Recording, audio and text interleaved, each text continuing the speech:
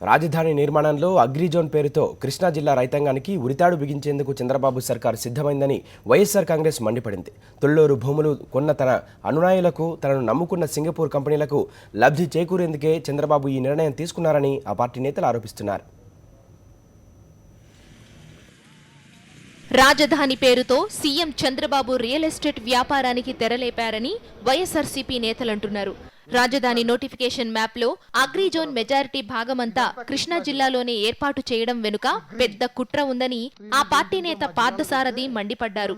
3 పంటలు పండే భూములు వదిలేసి మెట్ట ప్రాంతాల్లో అగ్రిజోన్ ఎలా సాధ్యమని ఆయన ప్రశ్నించారు.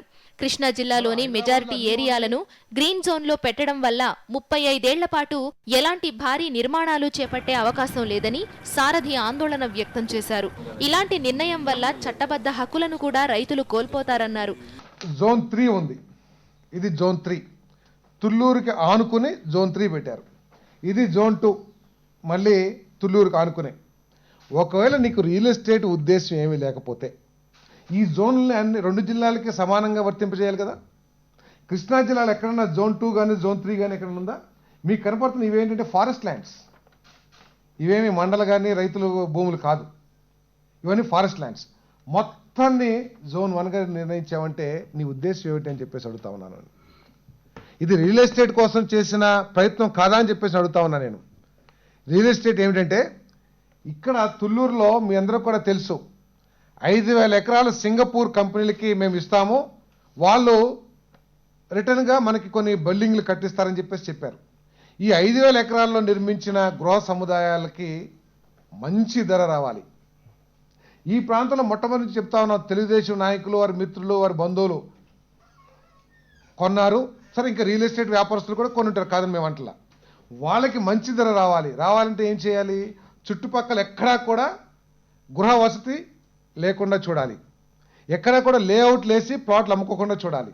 చూసినప్పుడు అందరూ కూడా ఇక్కడ ఎక్కువ ధరకి కొనుక్కోవడానికి అవకాశం ఉంటుంది. అందుకని ఎక్కడ కూడా లేఅవుట్లు లేకూడదు, గృహ సముదాయాలు కట్టకూడదు, అపార్ట్మెంట్లు కట్టకూడదు అని చెప్పేసి ఇదంతా కూడా జోన్ 1గా నిర్ణయించారు.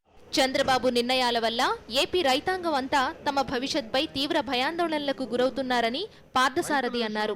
ప్రభుత్వం రైతుల వద్ద ధాన్యం సేకరించి నెల గడిచిపోయినా నయా పైసా చెల్లించకపోవడం దారుణమన్నారు.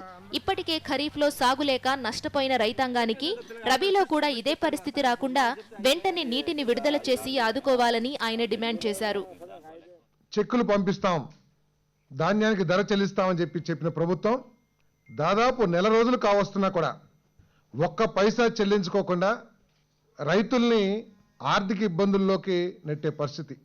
ప్రతి సంక్రాంతికి కూడా రైతులు తాము కష్టపడి పండించిన ధాన్యాన్ని అమ్ముకొని ఇంట్లోకి డబ్బు వస్తే, దానికి పైసలు వస్తే సంతోషంగా పండగ జరుపుకుంటారు. ఈ ప్రభుత్వానికి రైతు యొక్క సంతోషం పట్టలేదు, కానీ రాష్ట్రం మొత్తం కూడా కోడి పందాలు వేయించడంలో మాత్రం చాలా శ్రద్ధ తీసుకుని వారి నాయకుల ద్వారా వేయించారు. మరోవైపు చంద్రబాబు వ్యవహార శైలిపై పెద్ద ఎత్తున విమర్శలొస్తున్నాయి. విదేశీ కంపెనీలు, కార్పొరేట్ సంస్థలకు లబ్ధి చేకూర్చేందుకు రాజధాని ప్రాంత రైతుల ప్రయోజనాల్ని ముఖ్యమంత్రి చంద్రబాబు తాకట్టు పెడుతున్నారని మాజీ మంత్రి వడ్డే శోభనాద్రీశ్వరరావు విమర్శించారు. ముఖ్యమంత్రికి ఈ హక్కు ఎవరిచ్చారని ఆయన నిలదీశారు. రైతులు, వ్యవసాయంపై చంద్రబాబుకు మక్కువే ఉంటే ఏపీ రాజధానిని జరీబు భూముల్లో కాకుండా మెట్ట ప్రాంతంలో నిర్మిస్తే రైతులు సంతోషించేవారన్నారు. మొత్తం ఈ అగ్రికల్చరల్ జోన్స్గా ప్రకటించబడినటువంటి ప్రాంతాల్లో ఉండేటటువంటి రైతాంగం అంతా కూడా చాలా ఆందోళన వ్యక్తం చేస్తూ ఉన్నారు. వాళ్ళ ప్రజాప్రతినిధులతో కూడా పాలకపక్ష పెద్దలకు కానీ అధికారులకు కానీ రిప్రజెంటేషన్స్ చేస్తూ ఉన్నారు. ఎందుకో మరి ముఖ్యమంత్రి గారు దీనిపైన చాలా అసహనం వ్యక్తం చేస్తూ ఉన్నారు. ఇట్లా అడగటం ఏంటి రైతులు అంటా ఉన్నారు ఆయన. మొత్తంగా రాజధాని నిర్మాణం పేరుతో చంద్రబాబు సర్కార్ వ్యవహరిస్తోన్న తీరుపై ఆయా ప్రాంతాల్లోని రైతుల నుంచే కాక వివిధ వర్గాల ప్రజల నుంచి పెద్ద ఎత్తున వ్యతిరేకత వ్యక్తమవుతోందని వైఎస్ఆర్ కాంగ్రెస్ నేతలంటున్నారు. పొలిటికల్ డెస్క్, సాక్షి న్యూస్.